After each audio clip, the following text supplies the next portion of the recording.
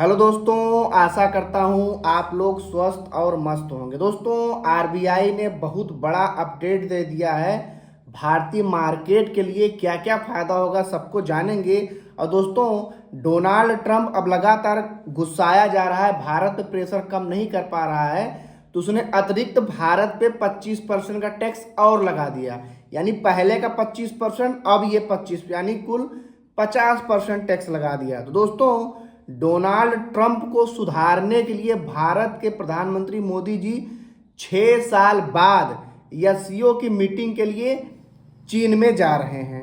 अब दोस्तों, ऊपर से 1 साल बाद, जब 1 साल पहले जब हमारे देश के एनएसए यानी अजीत डोभाल साहब रूस में गए थे, तो एक सरकारी पद होता, उससे दोस्तों वहां के राष्ट्रपति मिले थे।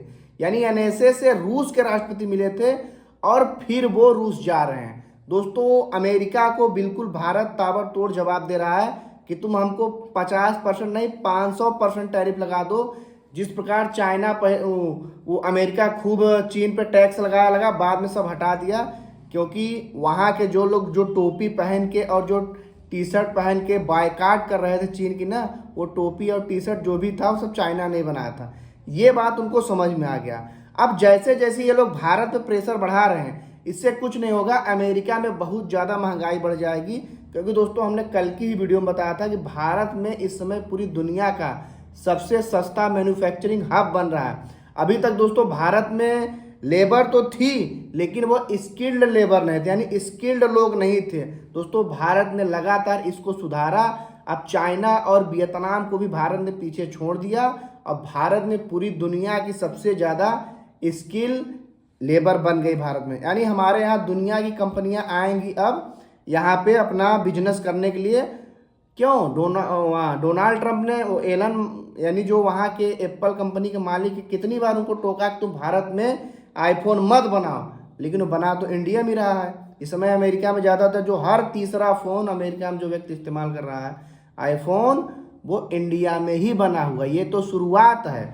अब दोस्तों, चलिए इसको विश्लेषण करते हैं कि जो आरबीआई ने अभी, जब हमने पिछली जून में बताया था कि आरबीआई ने रेपो रेट कट किया है, 50 पॉइंट बेसिस का कट किया था जून में, तो जिससे हमारे मार्केट में अच्छा खासा उछाल आया था।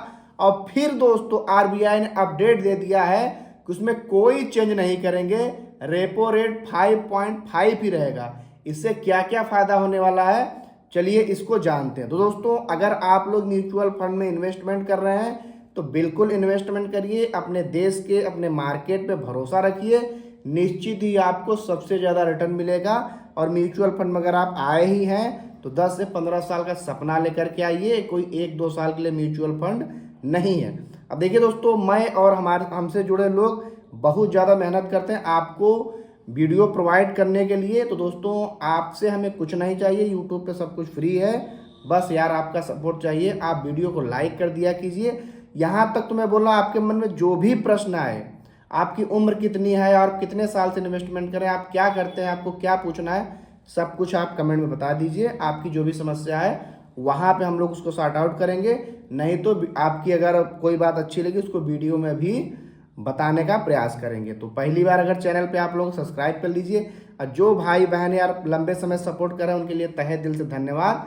तो चलिए वीडियो में आगे बढ़ते हैं। अब आप सोचेंगे कि आरबीआई ने रेपो रेट को बढ़ाया नहीं तो इससे क्या ही फर्क पड़ जाएगा। दोस्तों, ये भारत के मार्केट के लिए बहुत बड़ा फर्क पड़ेगा। अब इसका क्या क्या प्रभाव पड़ेगा, इसको अभी आपको समझ में आ जाएगा। पहली बात तो दोस्तों, जब भी रेपो रेट कम होता है तो लोन सस्ता हो जाता है।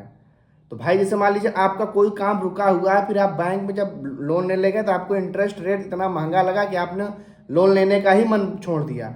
लेकिन इंटरेस्ट रेट एकदम सस्ता हो जाएगा तो लोग ज़्यादातर जो लोन लेंगे उससे कुछ ना कुछ तो काम करेंगे, तो भारतीय अर्थव्यवस्था में बूस्ट आएगा। दोस्तों, सबसे ज़्यादा प्रभाव तो रियल इस्टेट के सेक्टर में पड़ेगा, क्योंकि जो सबसे ज़्यादा लोग पैसे इन्वेस्ट करते हैं या तो पेमेंट करते हैं, जो होम ईएमआई होता, वो होम ईएमआई काफ़ी सस्ती हो जाएगी दोस्तों। और जो छोटे मोटे बिजनेस उनको चलाने के लिए सस्ता लोन काफ़ी आसानी से मिल जाएगा। सबसे बड़ी बात दोस्तों, स्टॉक मार्केट को बूस्ट मिलेगा, भारतीय कंपनियों को बूस्ट मिले, क्योंकि सब कुछ तो पैसे से रुका हुआ है। अब उसको आरबीआई ने मेंटेन कर रखा है कि चलो भाई नहीं बढ़ाएंगे, अभी भारतीय अर्थव्यवस्था को और स्पीड पकड़ने दो। जब स्पीड पकड़ लेगी आरबीआई ने कहा तब थोड़ा बहुत बढ़ा करके हम अपनी कमाई कर लेंगे। अगली बात दोस्तों, तुमने आपको बताया नहीं कि इसका सबसे बड़ा जो फर्क पड़ेगा, आरबीआई जो रेपो रेट को बढ़ाया नहीं है, यानी खपत बहुत ज़्यादा बढ़ जाएगी। खपत कैसे बढ़ जाएगी? सस्ता लोन है तो लोग ज़्यादातर लोग घर खरीदेंगे, गाड़ी खरीदेंगे, मोबाइल खरीदेंगे, टीवी, फ्रिज, सब कुछ जो लोगों का सपना होता है ईएमआई पे लेना, जैसे भी करना है, यानी मार्केट में डिमांड बढ़ जाएगी।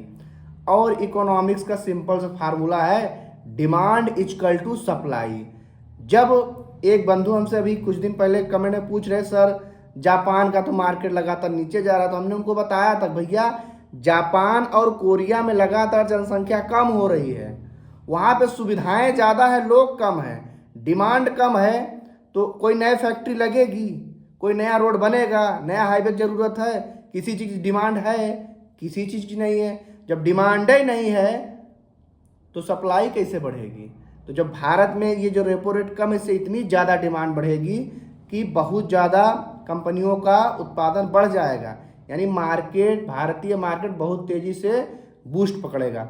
अब ऐसा नहीं होता कि यार आज ही आरबीआई का आज ही सब कुछ हो जाए, इसमें भाई टाइम लगता है, सब कुछ में टाइम लगता है। तो दोस्तों एक बात और आरबीआई ने जो कह दिया वो बहुत अच्छी बोला उन लोगों ने दोस्तों। भारतीय मार्केट देखिए, जैसे आरबीआई हो गया, कल जैसे हमने मॉर्गन स्टैनली को बताया था, इन लोगों के पास बहुत बड़ा बड़ा डाटा होता है और ये लोग जो प्रोडिक्शन देते हैं पूरी दुनिया के लोग उसको फॉलो करते हैं और बताते हैं।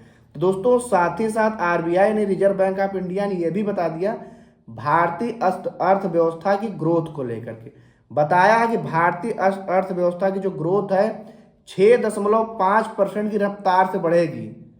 और दोस्तों ये पूरी दुनिया में सबसे ज़्यादा है, यानी इतनी ज़्यादा तेजी का ग्रोथ तो अमेरिका, यूरोप, बाकी कोई देश नहीं करा। क्यों? क्योंकि सब कुछ तो डिमांड की बात है। भारत में जितनी ज़्यादा डिमांड है उतनी डिमांड इसमें कहीं नहीं है। पूरी दुनिया का सबसे ज़्यादा पॉपुलेशन, पूरी दुनिया का सबसे बड़ा मार्केट भारत बनने वाला। भाई अगर कोई ऑस्ट्रेलिया में व्यक्ति है, उसने 5,000 लीटर दूध बना लिया तो बेचेगा किसको? अमेरिका का कोई फार्मर। इसीलिए तो दोस्तों अमेरिका और भारत के बीच ट्रेड डील रुकी हुई है। अमेरिका चाहता है कि भारत के जो छोटे मोटे ग्रामीण सेक्टर जैसे दूध हो गया, फूड वाला हो गया, ये सब हम इंडिया में पटक दें। दोस्तों हमारे यहाँ के जो लोग हैं वो कहाँ जाएंगे?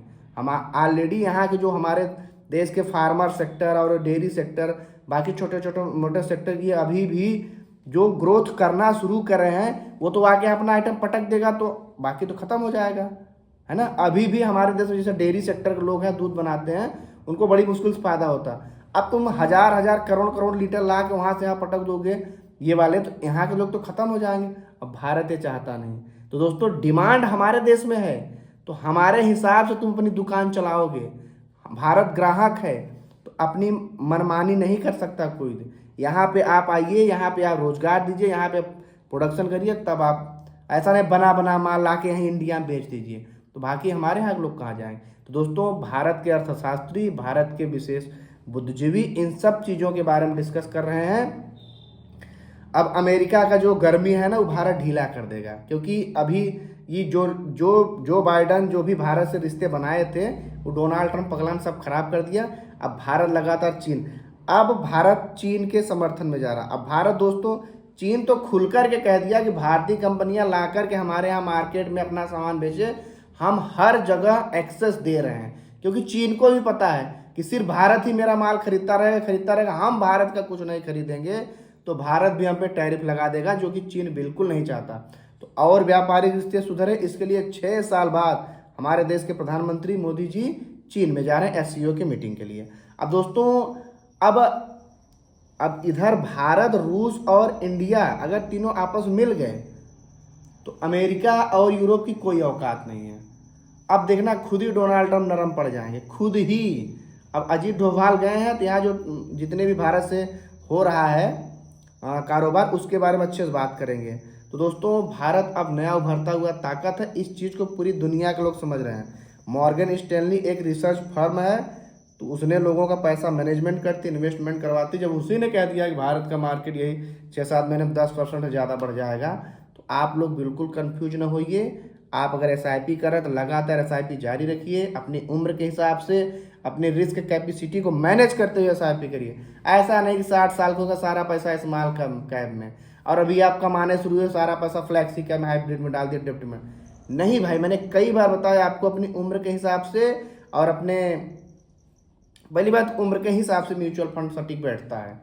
आपकी उम्र कम है तो ज़्यादातर पैसा स्मॉल कैप में, फिर मिड कैप में, सबसे कम पैसा लार्ज कैप में। आपकी उम्र ज़्यादा है तो ज़्यादातर पैसा हाइब्रिड में, डेप्ट में और लार्ज कैप में, फिर ऐसे ऐसे कम कर दीजिए। यानी उम्र कम है तो ज़्यादातर रिस्क वाले में और उम्र कम है तो कम रिस्क वाले में।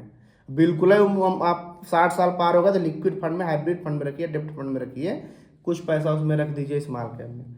तो इस हिसाब से आपको अपनी इन्वेस्टमेंट करनी है। और आप क्या जानना चाहते हैं कमेंट जरूर बताइएगा। यहाँ तक जो भी भाई बंधु मुझे सपोर्ट कर रहे हैं, देख रहे हैं, उनको लिए तहे दिल से धन्यवाद, शुक्रिया।